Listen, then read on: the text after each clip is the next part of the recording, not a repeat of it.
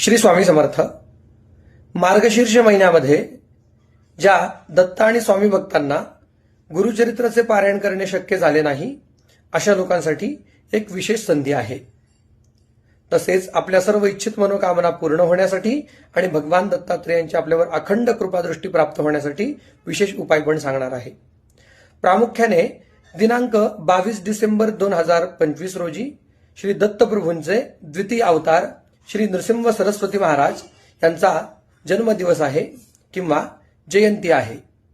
या दिवशी प्रामुख्याने आपल्याला दत्त महाराजांची उपासना करता येणार आहे। ज्या लोकांना पारायण नाही करता आले ते दिनांक 22 डिसेंबर 2025 रोजी पारायण आरंभ करू शकतात। त्याचप्रमाणे ज्यांना पारायण करणे शक्य नसेल आताही त्यांच्यासाठी विशेष उपासना आहे। 22 तारखेला सकाळी प्रातःकाळी लवकर उठून स्नान करावं।